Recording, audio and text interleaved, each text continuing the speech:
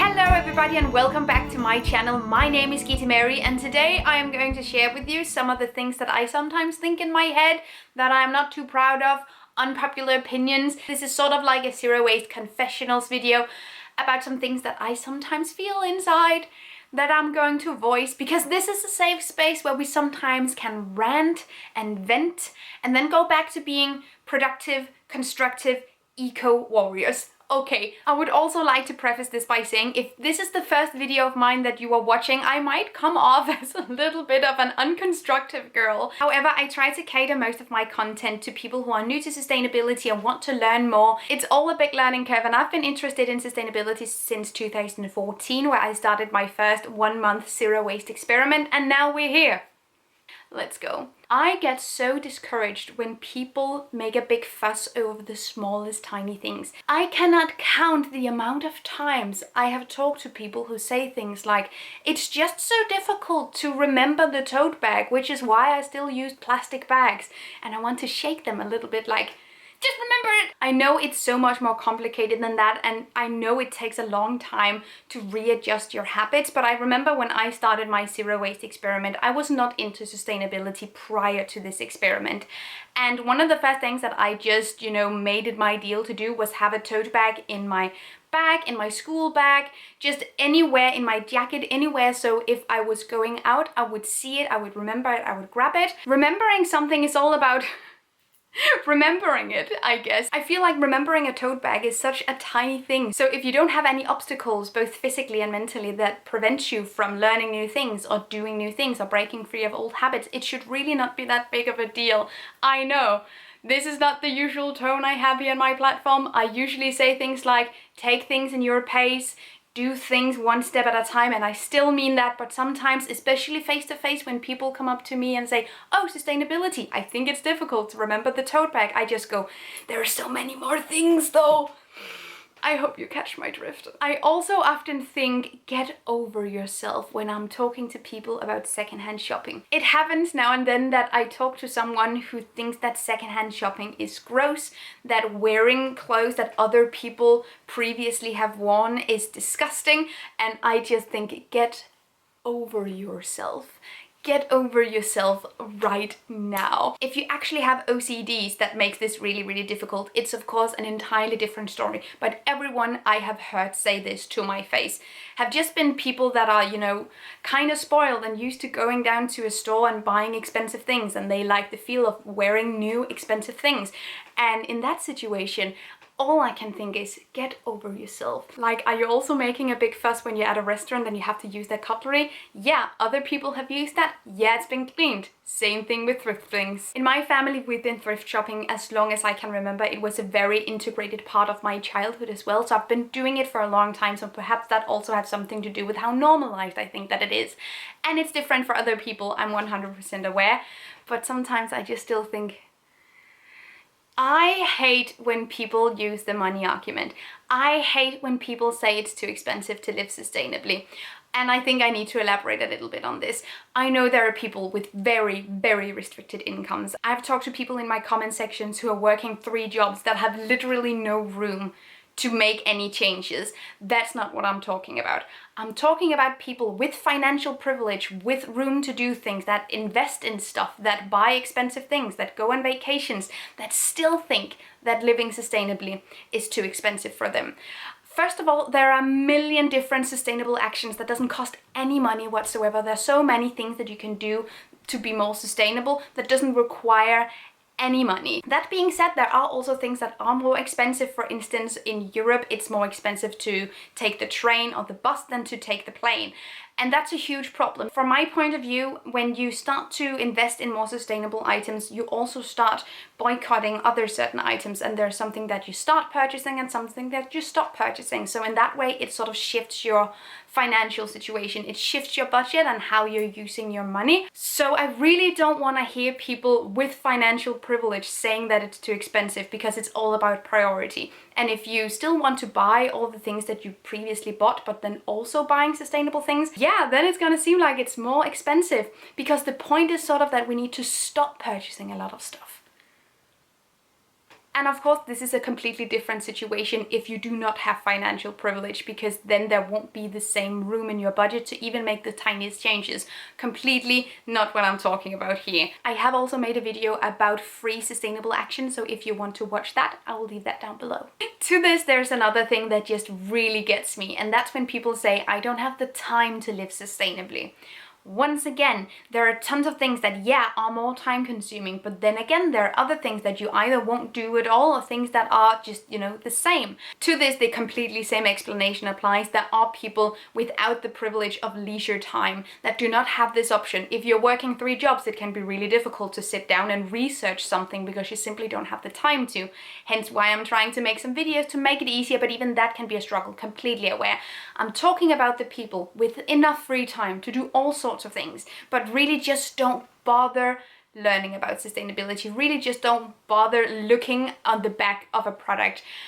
I know it's unfair for me to assume that everyone is willing to do this. It's also unfair that it's the consumer's responsibility at this point, because we should have systems in place that would do this for us. But instead, most of our systems that are in place today are favoring the companies rather than the consumers and the planet. That's some bullshit right there. But it still grinds my gear to hear people say, oh, I wish I had the time for all of this. I also get frustrated and angry when I see people shaming and judging other people for using plastic. We don't know other people's situation. Some people have disabilities that are invisible, that just require more helpful tools in the everyday life, and some of them are made of plastic. And we shouldn't really be judging other people, other consumers for these choices. We should be directing that energy towards the companies who are making these products and putting zero effort into innovating the materials that they're using, because that's where the real issues are. I get so flustered when I see people shaming other consumers for doing this sort of things, pointing fingers at each other, because that will really get us absolutely nowhere. I feel like it's completely okay to judge and shame and point fingers at companies who produce all this plastic crap, but it's really another situation when it's another consumer. And I think there's a deep-rooted problem in how we portray sustainability, that we hold consumers and companies accountable on the same level when they're just not. And I hate plastic, and I try to reduce and refuse as much as I possibly can. I minimize the amount of plastic that I'm using in my everyday life, and have been doing that for a long time. And I make content that also shows other people how they can do it. But like commenting on other people's Instagram, like, that's a lot of plastic right there. Some people don't have access to bulk shops, so if they want to eat healthy, they perhaps need to eat something that comes in plastic, and it really doesn't help to criticize people for something that they themselves are not in control over. So, constructive sustainability for the win. Okay, next one. You can be perfectly healthy without being vegan. There are so many benefits to eating plant-based. I've felt them on my own body, and I don't think, if you're interested in sustainability, that it makes sense to not assess and reflect upon your relationship with meat, especially meat and dairy that comes from animal agriculture and factory farming. Factory farming specifically, because I have an entire video about the impact of animal ag and specifically factory farming, so for more context, I think you should go and watch that one, also left down below. But I think that the health argument in terms of getting people to eat more plant-based, getting people to go vegan, is only kind of so-so. This is all, like from my own personal point of view, but I think it's very easy to disregard everything that you hear about veganism or plant-based eating or even vegetarianism if all these arguments are bound up on health. If you've been entirely healthy your entire life, it's super easy to disregard everything that you're hearing, because you can feel on your own body, you can see in your own body like, okay, yeah, but I'm fine, so why would I change? Which is why I think the environmental impact is so much more important to focus on.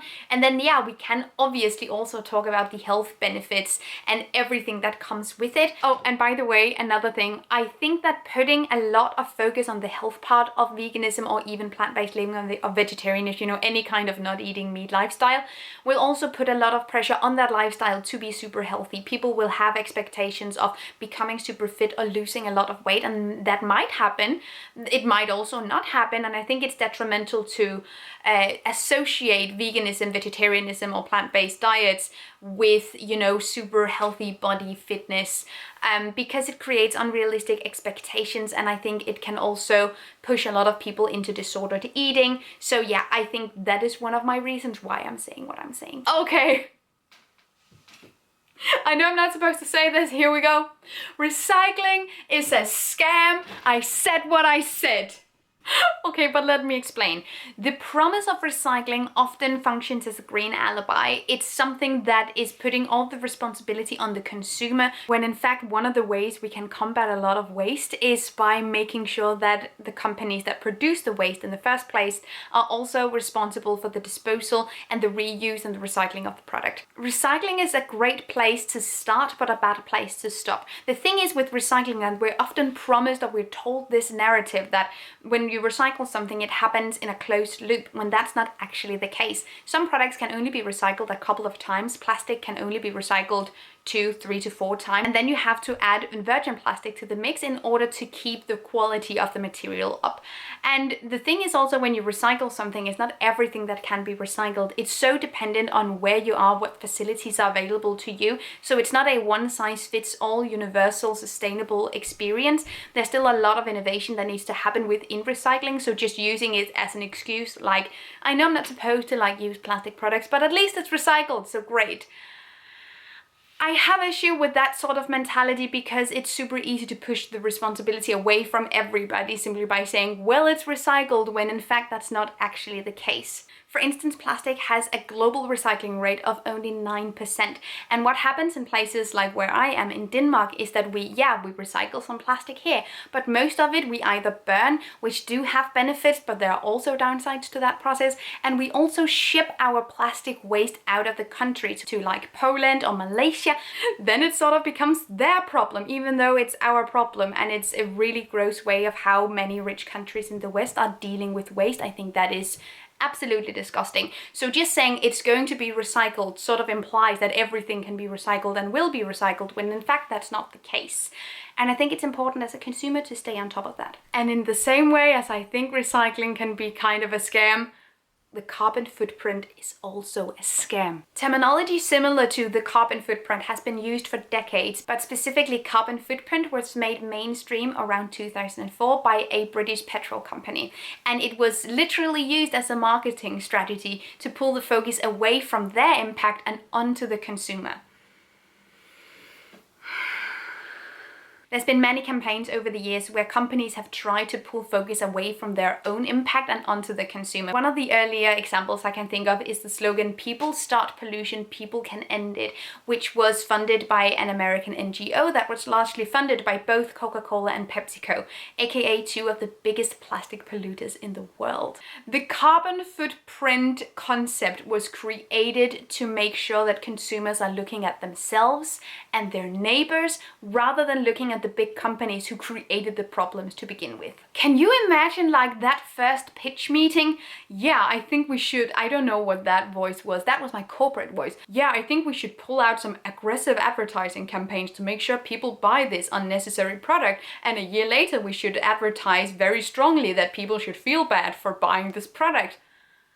I feel like in an ideal world, the carbon footprint terminology is used and applied to companies' carbon footprint, not households. Because, as I've said a million times as well, 71% of all global emissions are caused by the same 100 companies, the majority of which are petrol companies. I don't care when big billion-dollar corporations are trying to be more sustainable.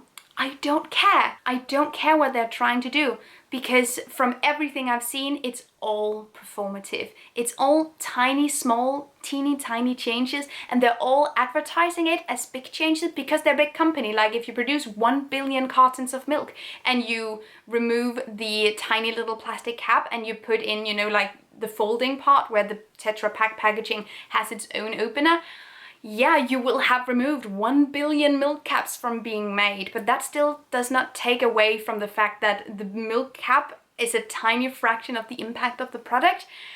And I think there is a really uncomfortable truth in the fact that a lot of these companies will only be interested in making money. Big billion-dollar corporations will not be interested in having lower paychecks for their CEOs. They are more than willing to not pay workers for their work, but they're not really willing to not have $3 billion mansions at hand. So I'm incredibly cynical when it comes to this, and I'm so sorry if that wasn't the vibe that you were hoping for.